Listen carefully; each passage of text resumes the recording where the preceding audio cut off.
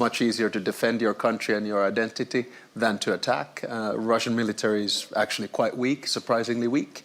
And it's very difficult for Putin to define a victory.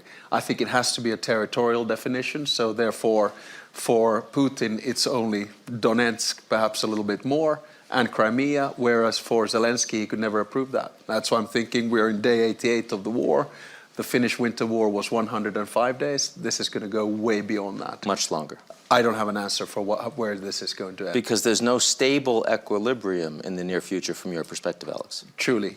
There's no stable equilibrium whatsoever. The only thing that we can hope for, I guess, is regime change.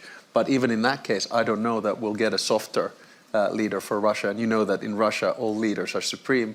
They get their prerogatives either from God or the class. So, Karin, thank you for opening. Do you think the Russians see an outcome that they can announce as a victory, both in Ukraine as well as what it means for their relationship more broadly with NATO? So thank you, Ian, and thank you for inviting me. It's a pleasure to be with all of you today. Even though all of you are sitting in the dark, it's hard to see who's in the room. I guess first I know this is an obvious point, but I would distinguish between Russians and Putin, because it's really Putin's war, and we don't want to vilify the Russian people. Even Russian soldiers who were getting killed, they didn't know what they were getting into at the start. So I do think this is Putin's war. And what does Putin think? I don't think any of us know. Everyone's been trying to second guess what he thinks. Does he even watch Western television? I have no idea if he even knows what others are saying about him. And people who I ask who follow this very closely, they also don't know. And so it's hard to say, are people telling him the truth? Does he know what's going on? And what are his red lines? It's hard to say right now. You know, the distinction between offensive and defensive weapons has evaporated. Those coming from the West, we weren't sure if we provided offensive weapons, that might be a red line. We just don't know yet with him. And so there's too many unknowns out there. Does it worry you that things that were clearly red lines for a lot of countries in the West 2 months ago, literally over weeks, vanished? Whether it's the type of weapons that are provided, or the real-time intelligence that's being provided, or the level of sanctions that are being provided. I mean, literally on every one of those issues, things that a couple months ago, after the Russians had already invaded, and you said, no, that's too far, now they're not. What does that say to you? I think it actually says that the Russians are overwhelmed by what's happening. They might be red lines, and they might have been red lines, but I'm not sure they're capable of responding in the way that they would have done if they had actually spent money on modernizing their military, right? They're in a very different place than everybody thought they would be. Samir, do you think red lines for the Russians have been crossed at this point, and what do you think the outcome is likely to be? No, I would agree with Karin. I think even if they have been, I don't think there's too much coming by way of any fresh response. Pretty much everything that was in the toolkit has been deployed, other than, of course, something that none of us would want. And I think that's something that should worry us. At what point are you cornered enough to think about? Let's be honest here. I think let me, Ian, go back to your conversation with Alex. I think the difference, or with Karin, in fact, with Russia and Putin, I think you came out with two distinctions: Russians and Putin. I think one of the trends we need to watch as we look ahead is, will that distance increase, or will that now start converging? And if it starts converging, then we are in for a terrible decade in Europe. Because we know a Russian society which unites against some sense of assault is resilient. And we could be in for a long haul. So I think that is a good trend to watch, the distinction between Russians and Putin. And the second is the equilibrium you mentioned earlier, Ian. I don't think the two equilibriums that work are desirable for both. One is, of course, a certain annexation of a certain territory, and we create a new line in the map, and everyone lives happily ever after. That's not going to happen now. So that equilibrium is not on the table, and is not certainly going to lead to peace. The second is a complete Russian retreat, basically go back to the pre-Crimea times, and literally make peace and begin new. that the Russians are not going to agree to. And I agree with Alex that even if you were to think about regime change, I fear that the next person who comes in will not come here to undo what Putin did, but to complete what Putin wants to do. And I think that is also a risk we should be considering as we think about it. So I think we are in for a tough period ahead. It's difficult to predict. Now, Karin, how much of a Russian retreat should the West want? In other words, I mean, you hear the NATO allies that are saying, oh, we could take them out of Crimea potentially. I mean, clearly the interest in all the territory that was taken post-February 24th, but what about that was informally occupied? What about the attacks that are in Belgrade? What about the degradation of the Russian military? I mean, different Western leaders have said different things about what the desired outcome is. What do you think the West should be looking for as an outcome here? The West is saying it's up to the Ukrainians, obviously, to decide when they want to compromise and how. I think the Russians, they're pulling back to a degree, but as Samir is saying, it's just so hard to know what they can go back home and describe as a victory. So sorry, I got cream in my eyes. It's hard to know. I'm sorry, I'm distracted a bit. Ian, could you start over with a question? No, sure. Yeah. The question was, what do you think the Western interest should be? Right, and at the moment we're seeing divisions starting to appear even amongst NATO allies. I think the French and the Germans want more of a compromise. The Americans in particular are now saying, that victory is possible. And NATO Secretary General has even said Ukraine could win this, whereas before... Yeah, and the Germans and the French privately are saying we should not be saying that the Ukrainians can win this, right? So I'm asking, where do you come down on that and why?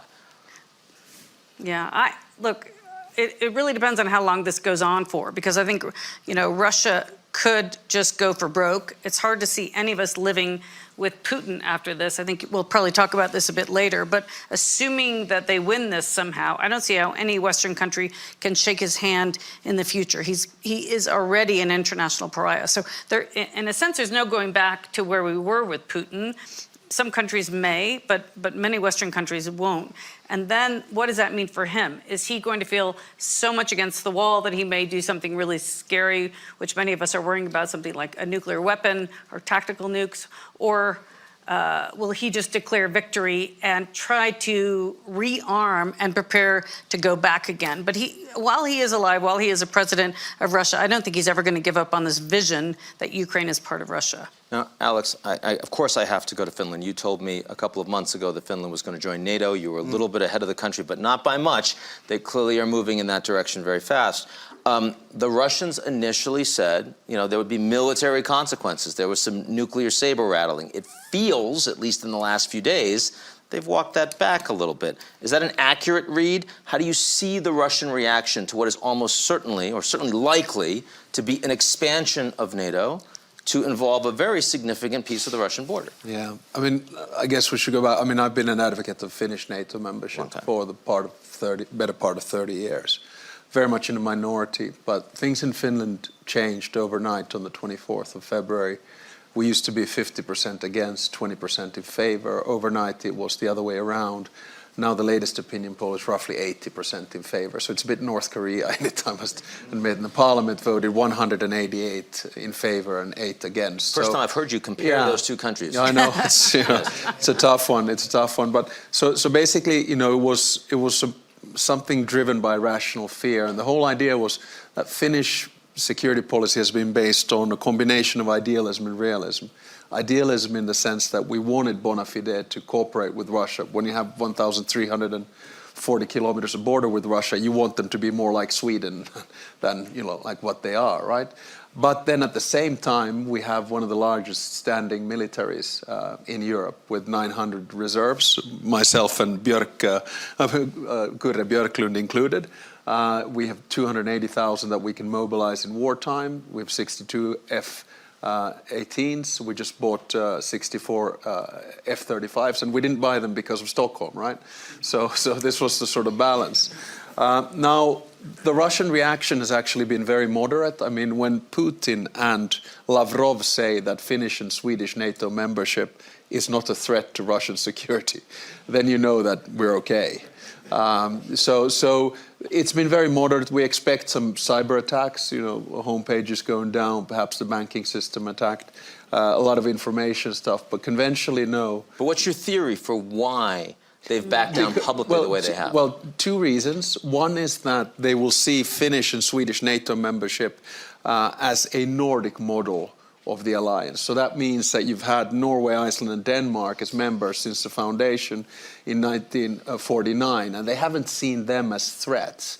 So in that sense, they don't see our enlargement as an aggressive one.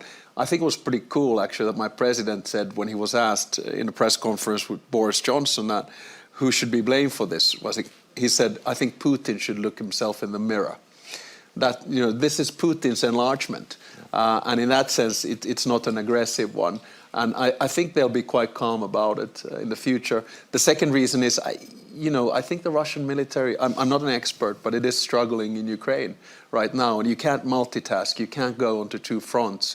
And they want to keep the eye on the ball in Ukraine at the moment, because this war is, as much as I'd like to say that, mixing Putin, this is Putin's war. It's about his legacy. He wants to see himself next to the Russian greats, Stalin, Peter the Great. He wants to see a historic Russia with one language, one religion, and one leader. He's not going to give up. So in that sense, he's focused on that, and that's why he doesn't have time that much for Finnish and Swedish NATO membership. Looks like Turkey has more time for that at the moment.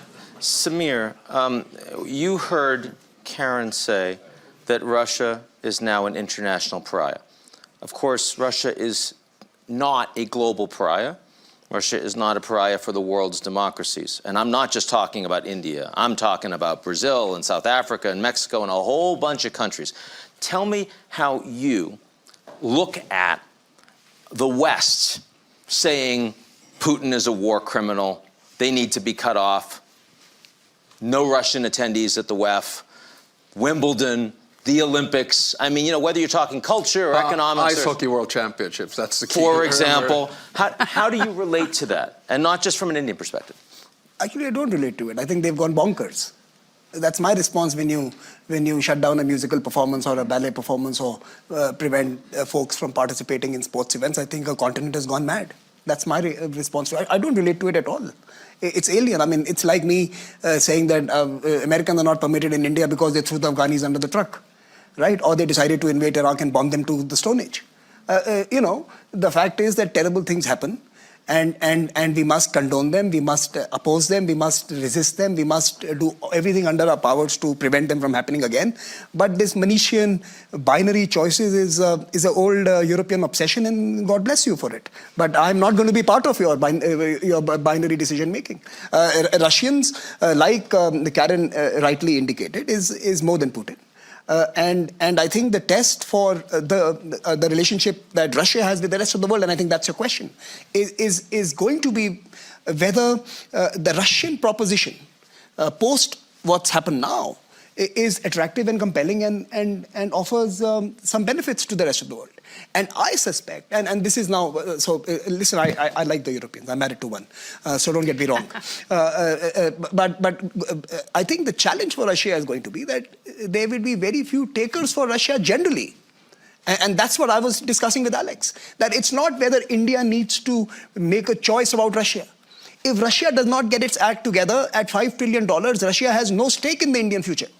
They have counted themselves out. It's not, if we don't have to do anything, they're doing it themselves. It's an IKEA store. So for me, I think the question is that does Russia have anything to offer to the world?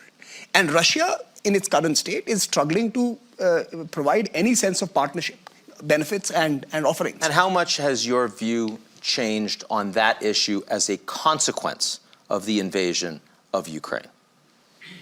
Okay, now, on a side note, I'm not a military expert like Alex again. But if you were to look at Armenia and then Ukraine, we should really be rethinking our defense planning in many parts of the world. I think that weaponry is not doing too well.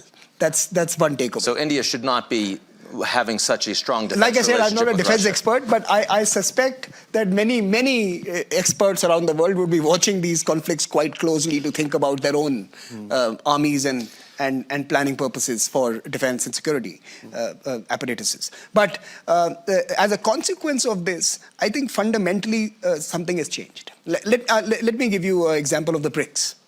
Now, there was a statement by by our foreign minister a few days ago that I read, which says that there are 3 out of the 5 countries who have never violated sovereignty of anyone else and territorial integrity. You know, that's something big coming from within a grouping conversation. So I think it is going to have consequences. The idea that it's not going to affect brand Russia going ahead is absolutely rubbish.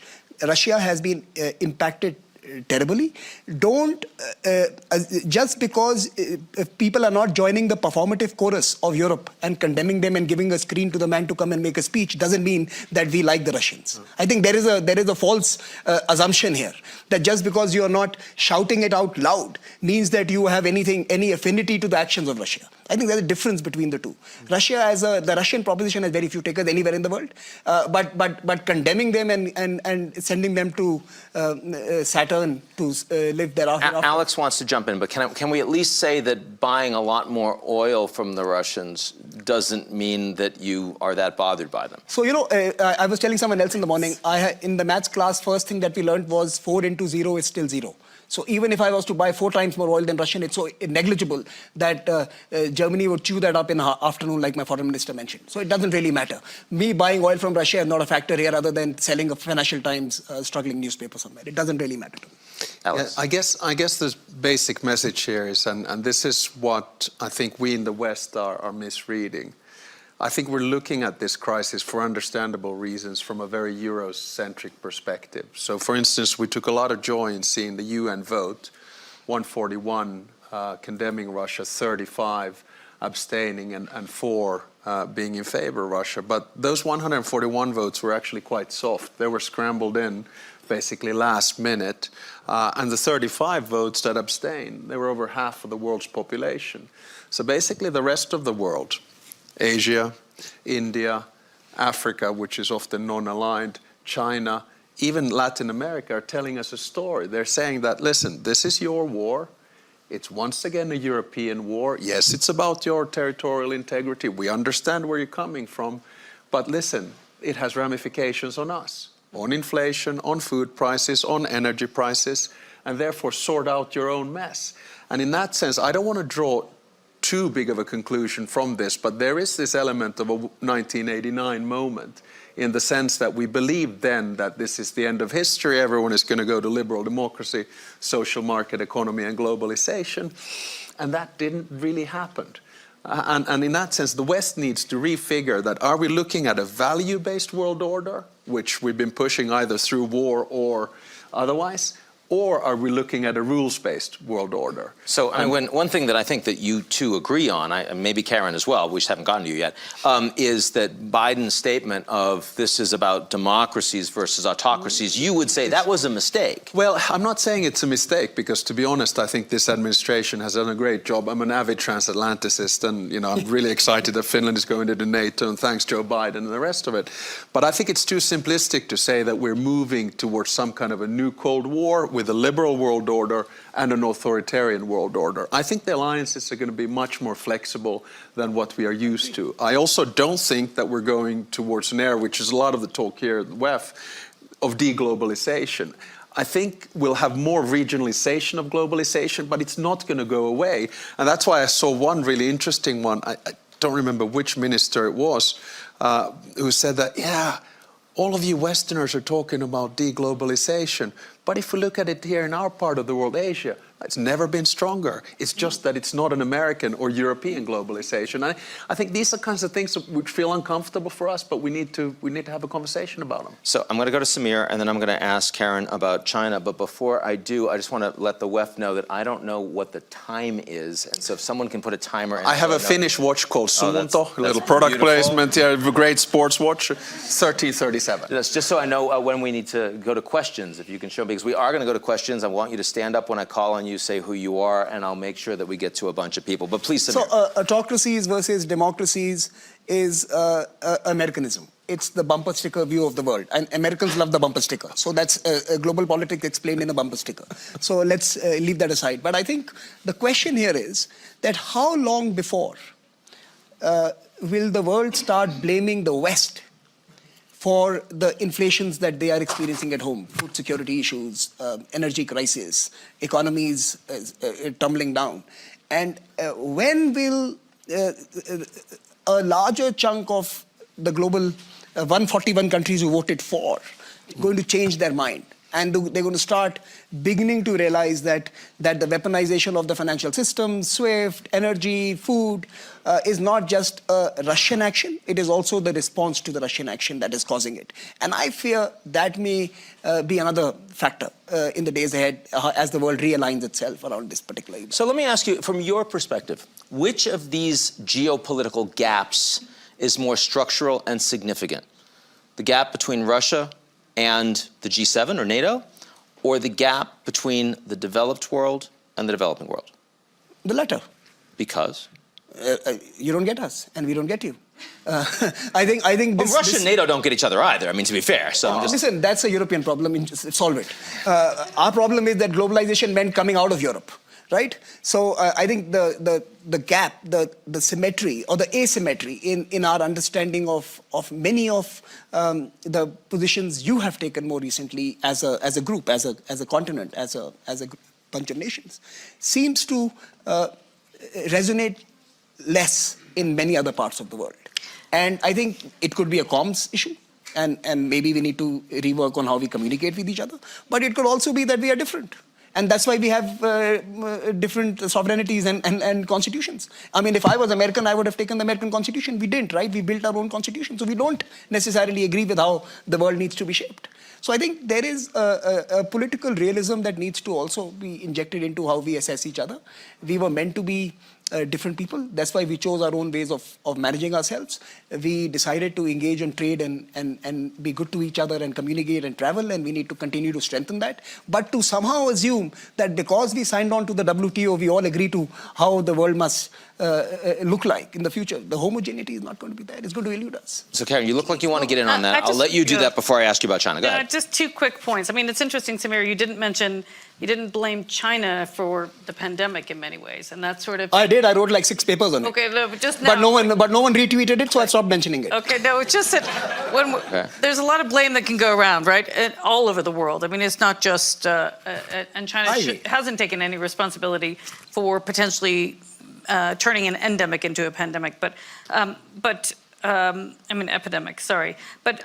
You know, and the Indians are on record as generally not liking the Chinese at this point. The Quad is kind of based on that, right? So we have that. The West versus the rest, it's more, there's Russia and China, and I think China is sort of second-guessing some of its, close embrace right now of Russia. Then there's the West, and then there's the former non-aligned movement in a way that is probably going to act in a similarly non-aligned way that it used to, and not necessarily sign up for everything. And so what we may end up with, which is kind of an interesting return to political science theory, for those of you who studied David Matrani, is a form of functionalism where different countries and groupings come together for a common purpose, and then when that purpose is over, it ends. I mean, I don't think many people think that the UN can solve any of these problems anymore, right? So people talk about global governance. The UN has not just failed in this particular case, but it has failed over the last few decades in so many ways. I am a former UN employee. I'm a fan of the UN, but I'm deeply disappointed in the fact that it's not able to provide the global leadership that we need in a time like this. Even the Secretary General today has been doing an amazing job trying to get people out of Mariupol, but more of the time than not, he admires the problem rather than tries to lead and provide that kind of good offices. Alexis, you want to jump in? Yeah, I guess one of the problems is that the multilateral system, which was created in a bipolar Cold War with the Soviets and the Americans, were created sort of in the image of the victors of World War II. I mean, you can pose the question that why is France, why is the UK sitting in the UN Security Council, right? I mean, you can pose the question legitimately now, 70 plus years later. And if you want to have a rules-based system, you need to have the bigger players have some kind of role as well. I know this is a little bit paradoxical, and some people push back on this, but I think we need to start thinking about that a little bit. A couple of additional points on China. I don't think, I met Xi Jinping a couple of times when he was vice president, and I think I was foreign minister. I think he doesn't he wasn't very happy that this took place because he wanted to focus on domestic things. Two things, actually. Zero COVID policy, which is going to fail totally because you can't contain a virus. And then the party congress in October, November. Now, does he want Putin to lose? No. But I think Russia will become, if I may, a bit of a vassal state to China. China is not going to, a lot of people say it's going to pivot to Russia. No, it's not. It's going to oscillate between the two, the West and Russia, because it wants to avoid secondary sanctions, because the business stock in Europe is 800 billion per annum, whereas in Russia it's under 80 billion. What it will do is the normal Chinese thing. In other words, create path dependencies inside Russia. So when we go out because of sanctions and power vacuums emerge, boom, the Chinese will go in and do the investment. So that's why I'm saying there's a lot of interesting shifts going on in this whole package. And so, Karin, do you see the Chinese, on balance, as having more opportunities that come out of this crisis, or is it much more of a challenge for them? It's a great question. I actually think China could have an incredible opportunity. I think President Xi is one of the only people that Putin listens to or is even afraid of. And if China were able to put pressure on Putin to end this war somehow, not only would China emerge in the global leadership position that many think it has come to, being now a superpower, playing a positive role, but it would also go a long way to repair its relationship with the United States. So it could be a fundamental shift if China can play that role. Now, at the moment, I don't see China interested in playing that role, and it hasn't indicated that it would. If anything, you watch Chinese media and they just repeat a lot of the Russia propaganda. So they're not there yet, but it doesn't mean they can't be there. Now, I want to turn to the audience. Can you please raise your hands and I'll call on you. Last question from me, a quick one before we go, and I'll start there, which is President Zelensky, who I've not actually mentioned, and I really should before we go to Q&A, right? Yeah.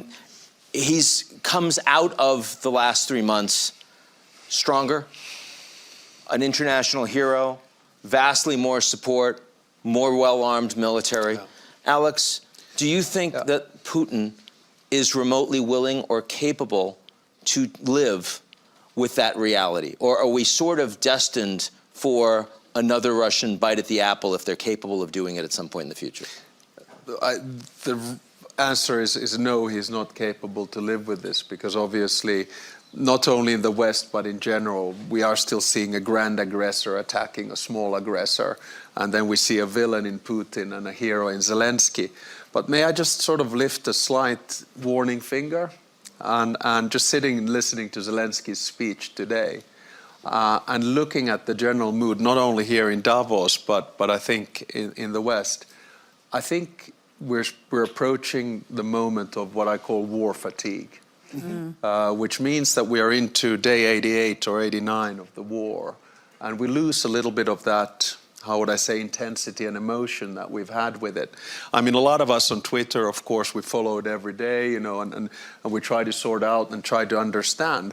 But this solidarity, outpour of solidarity and unity and actually effective decision-making that I've never seen coming out of the European Union, or this sort of new transatlantic alliance, or even, Finland and Sweden going into NATO, this is going to start turning when summer comes in. And what happens is that instead of looking at the solidarity aspects of, we feel for the Ukrainians, a lot of people are going to start looking at their own situation. And we are in a situation where we're going to see an economic downturn, which is going to be combined with inflation, which is going to mean stagflation, which is going to be higher energy prices, higher food prices. And on top of that, we have over 5.5 million refugees in Europe now. So what I'm trying to say is that to keep up the public support here for the war, whether you're Zelensky or whoever, is going to be extremely difficult. And that's why we're starting to see a little bit of cracks in the European Union. One word answer, who gets fatigued faster, the Americans that are farther away and don't care as much, or the Europeans that have a lot more to sacrifice and lose?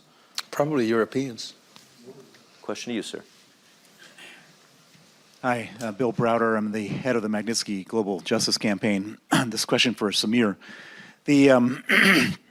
One of the huge elephant in the room is the Putin weaponizing the price of food by restricting the export of grains from Ukraine. is having an effect on, as we just said, on food prices and fatiguing people. But it's particularly fatiguing the developing countries of the world, the less well-off countries of the world, countries like India, and countries like most of those countries that said this has nothing to do with us. And so I'm trying to reconcile, and you don't have to answer on behalf of the entire non-Western world, but since you made the point, I'm trying to reconcile this attitude that this is a problem of the Western world, nothing to do with us, you guys fight it out yourself, we're going to abstain, with the fact that you're probably going to bear a bigger price and more political instability and potentially starvation for not getting involved. Samir, thank you both. So I think it's like, sorry, can I reply or are you going to collect some? No, you go. No, so I think it's a bit like, it sounded a bit like I've heard others tell me in this very room that you guys are going to burn because of climate change, why don't you stop burning coal? It sounded a bit like that, that, you know, somehow a European conflict becomes my burden to bear. Now, of course, we understand that. We understand the conflict causes hardships.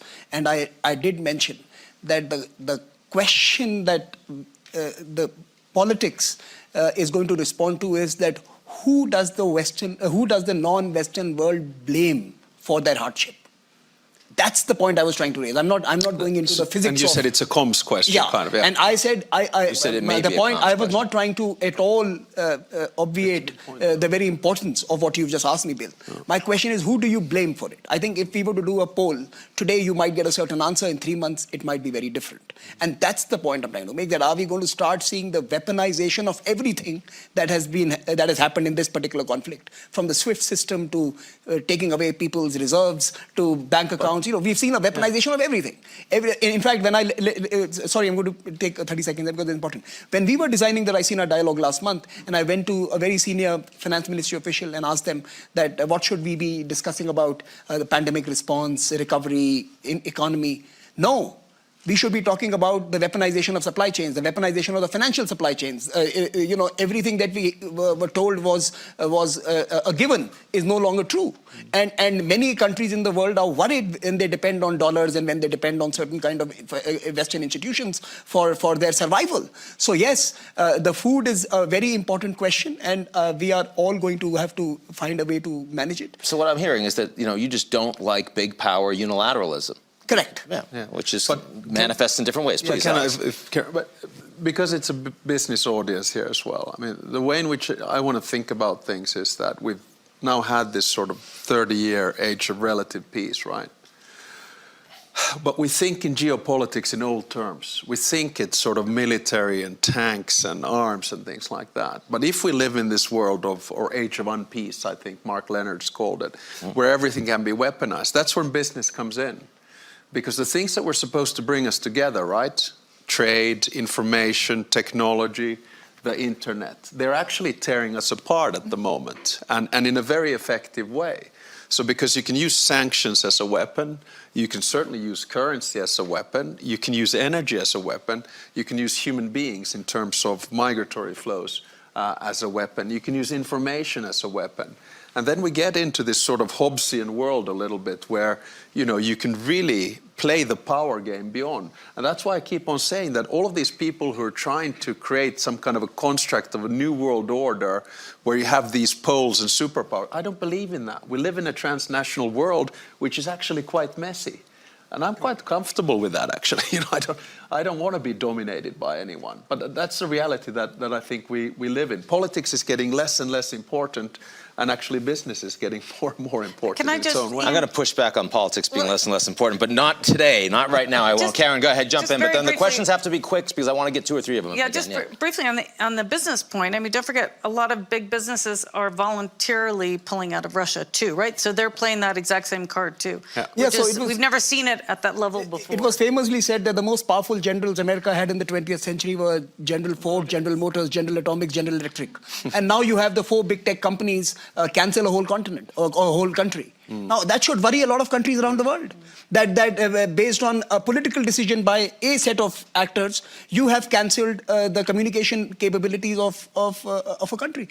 I would be worried if I was the communication minister in my country. So in another panel, we're going to ask Samir if American government or American corporations are the larger evil, but not right now. We have a question right here, please. Hi, I'm Jay Galla. I'm chairman of the Amaraja Group in India, also a member of the Indian Parliament. I've been listening to all of you talk about the impact on the expansion of NATO that this crisis has brought about, but nobody's speaking about non-proliferation and what's going to be the impact on non-proliferation because of this crisis. I'm sure the Ukrainians are regretting the day that they gave up their nukes. Who wants to take that? Karin?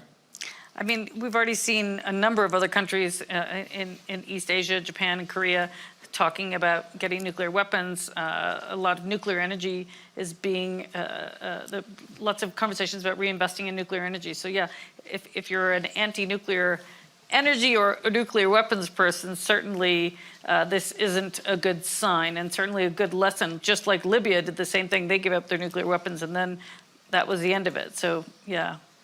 I'm going to try to get to two. John, you're first. 2 points. Putin John Shipman, ISS. John Shipman, ISS. Yeah. My view, Putin is hypersensitive to perceived provocation, but also hyper-responsive to perceived license.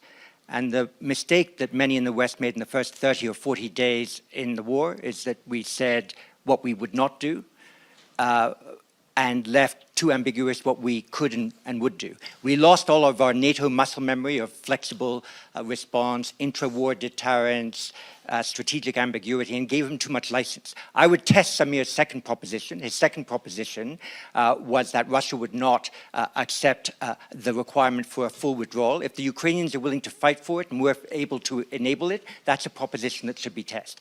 If we cannot assure a free and open Black Sea, how can we talk in Europe and in North America about a free and open Indo-Pacific? My argument would be that the Western Indo-Pacific tilt is dependent on some success in maintaining the European security order. On communication and messages, I would say to the Chinese and to Asians, the European security order is a core interest of the West. We only invite you to respect that. I kind of want Samir to answer that because I think it'll be interesting. No, I like that Europe has core interests. I like that. But their behavior in the last 10 years hasn't reflected that. And we were told that you're empire of norms. I think that was a term that was used for EU, not empire that would have military and security interests. But I'm glad there is a military and security muscle emerging. And I hope, and by the way, we will be cheering for you if your core interests are protected, especially against the insidious and sometimes creeping onslaught from the Chinese. And that is the test. Bullying a $1.5 trillion economy with sanctions is not bravery. But taking on a $15 trillion economy and bringing them to keel, it would be defending core interests. And I don't think I'm seeing that sitting in Asia. Alex, jump in. Yeah, just quickly on Europe used to be called a regulatory superpower, but I actually think it's become an actor in the past 10 to 12 years, whether you like it or not. Because if we live in this new world of geopolitics, actually a lot of the instruments that the European has, competition policy on big tech or trade sanctions, for instance, they are the exclusive competence of the European Union. I think the European Union was an actor in the euro crisis. You might have liked it or not. Correct. It was an actor in the migration crisis. It certainly was an actor in COVID. And now it's an actor in the war in Ukraine, which is kind of interesting because we always belittle what the European Union does. So you should look at it as, like Samir said, as both an actor and a regulator. It's never going to be, you know, a big state or anything like that, but it certainly has a role which is different from what it used to be. A good argument for why politics matters more, as we just suggested. Yes, please. Cor van Zadelow from Holland. What is true about the serious rumors that Mr. Putin is seriously ill? And what will be the immediate consequence, what the forum thinks about when he will hopefully peacefully pass away.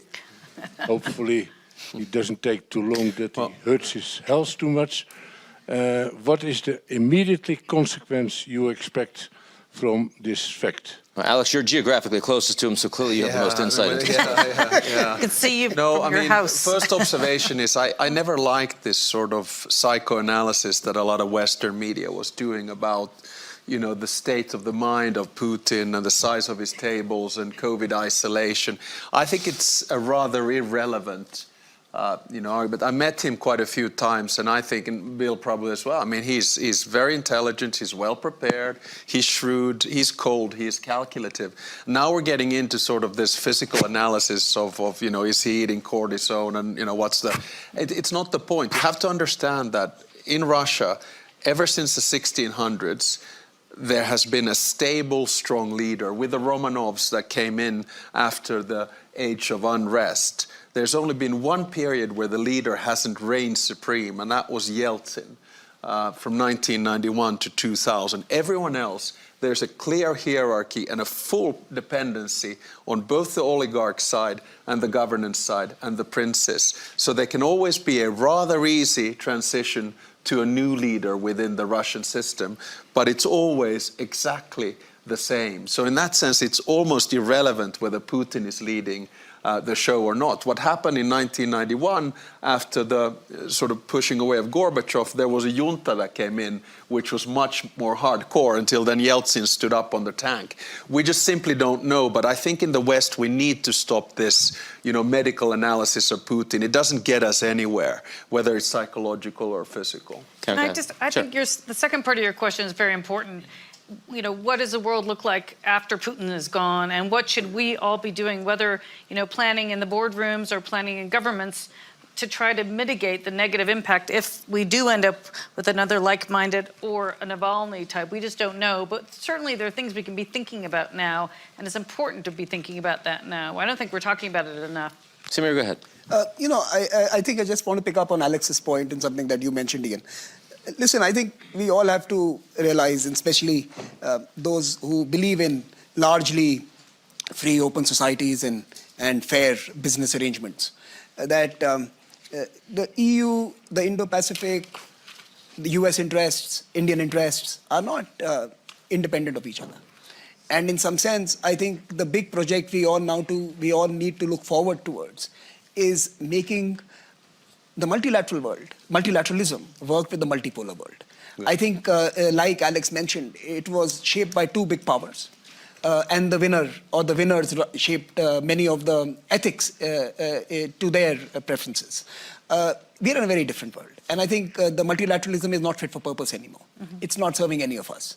By the way, on John's point, I think you're absolutely right. I think the Indo-Pacific and European security are linked, are joined at the hips in some sense.